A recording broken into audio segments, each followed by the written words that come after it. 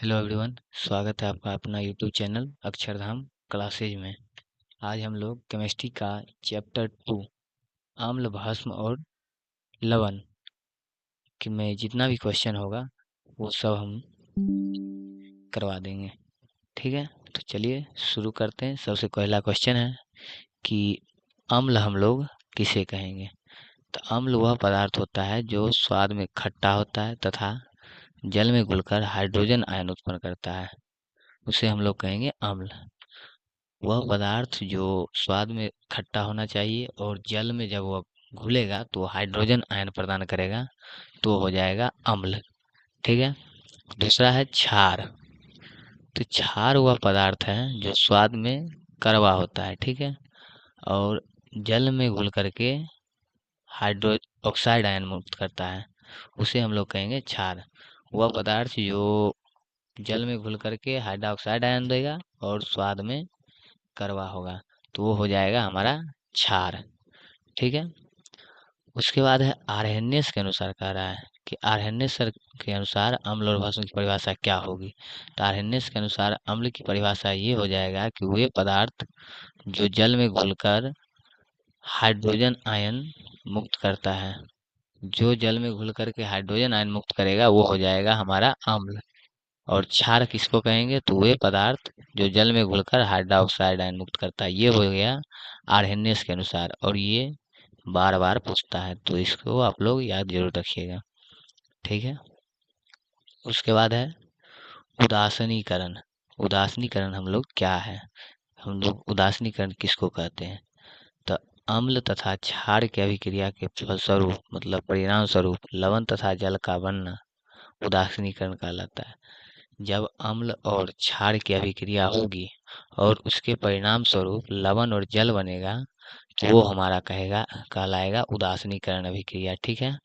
उदाहरण के लिए NaOH ये एक क्षार है और HCl हाइड्रोक्लोरिक अम्ल ये हमारा अम्ल है। दोनों अभिक्रिया किया तो लवण बन गया NaCl और जल बन गया H2O। तो ये हमारा कहलाएगा उदासीनीकरण अभिक्रिया। ठीक है।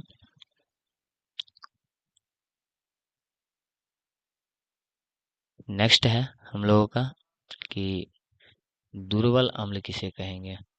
तो वे अम्ल जो जल में पूर्ण रूप से आयनित नहीं होते बल्कि आंशिक रूप से आयनित होते हैं, दुर्बल अम्ल कहलाते हैं।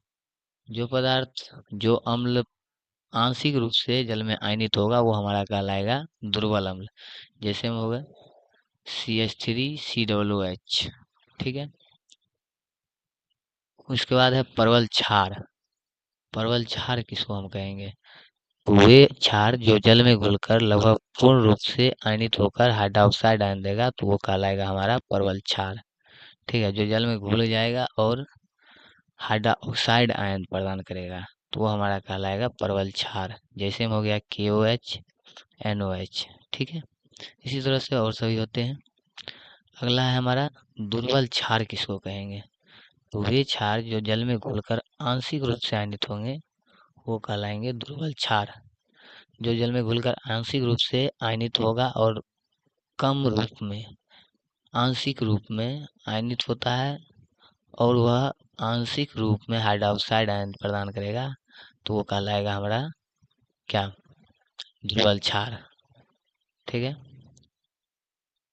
उदाहरण के लिए CaOH का होल ट्वाइस MgOH का होल ट्वाइस मतलब कैल्शियम हाइड्रोक्साइड और मैग्नीशियम हाइड्रोक्साइड। ठीक है।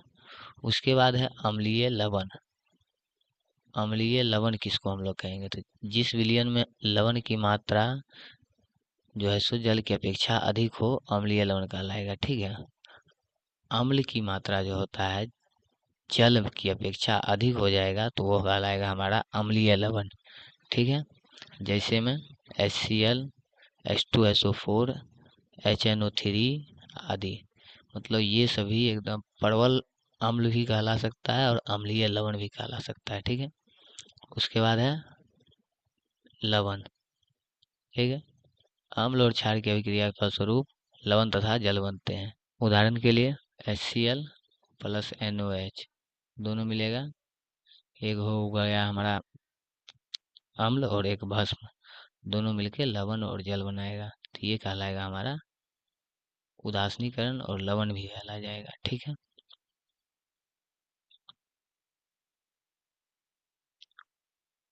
अगला है आयनन। ठीक है। पानी द्वारा विद्युत अपघट्ट का आयनी में विभाजन की क्रिया आयनन कहलाता है। आयनी जब विद्युत अपघट्ट के द्वारा विभाजन होगा तो वो कहलाएगा आयनन। ठीक है। अगला है पीएच मान।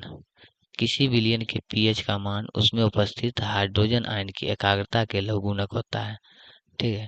तो इसका सूत्र होगा माइनस लॉग हाइड्रोजन आयन। ठीक है। अगला है सामान्य लवण। सामान्य लवण हम किसको कहेंगे? तो वे लवण जिनमें विस्थापित योग्य हाइड्रोजन नहीं होते हैं सामान्य लवण कहलाएंगे। ठीक है।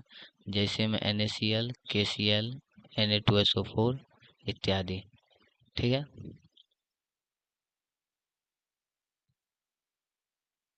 इसके बाद है अम्लीय लवण। तो किसी अम्ल के क्षार में आंशिक अभिक्रिया होने पर बनते हैं लवण, तो वो कहलाएंगे अम्लीय लवण। ठीक है। जैसे में H2SO4 ये अम्ल हो गया और ये भस्म हो गया, दोनों मिलकर के ये बनाया अम्लीय लवण और जल। ठीक है। अब है अम्ल और क्षार के गुण क्या क्या होते हैं। तो पहले हम लोग अम्ल के गुण देखते हैं। अम्ल का क्या क्या गुण होता है। तो पहला गुण हो जाएगा अम्ल के निम्नलिखित गुण है। सॉरी, मिस्टेक हो गया, यहाँ पर नंबरिंग हो गया। पहला है अम्ल जो होता है स्वाद में खट्टा होता है। ठीक है। अम्ल पहला स्वाद में खट्टा हो जाएगा। दूसरा का अम्ल का पीएच मान जो होगा 7 से कम होगा। ठीक है। अम्ल धातु से अभिक्रिया करके हाइड्रोजन गैस मुक्त करेगा। जब भी धातु से अभिक्रिया करेगा अम्ल, तो वो हाइड्रोजन गैस ही मुक्त करेगा। उसके बाद अम्ल जो है जल में घुल करके हमेशा हाइड्रोजन आयन प्रदान करेगा, न कि हाइड्रोक्साइड आयन। और यह नीले लिटमस पत्र को लाल कर देता है। ठीक है। अम्ल नीले लिटमस पत्र को लाल कर देगा। ठीक है। अगला है क्षार के गुण। क्षार जो होता है स्वाद में कड़वा होता है। ठीक। क्षार जब भी होगा स्वाद में कड़वा होगा, और इसका पीएच मान 7 से हमेशा अधिक होता है। ठीक है। और यह धातु से अभिक्रिया करके हाइड्रोक्साइड गैस मुक्त करेगा। धातु से जब भी अभिक्रिया करेगा तो यह हाइड्रोक्साइड गैस मुक्त करेगा। ठीक। और क्षार जो है जल में घुल करके हाइड्रोक्साइड आयन प्रदान करता है। क्षार जब भी जल में घुलेगा तो वो हाइड्रोक्साइड आयन प्रदान करेगा। ठीक है। आज के लिए इतना ही, मिलते हैं।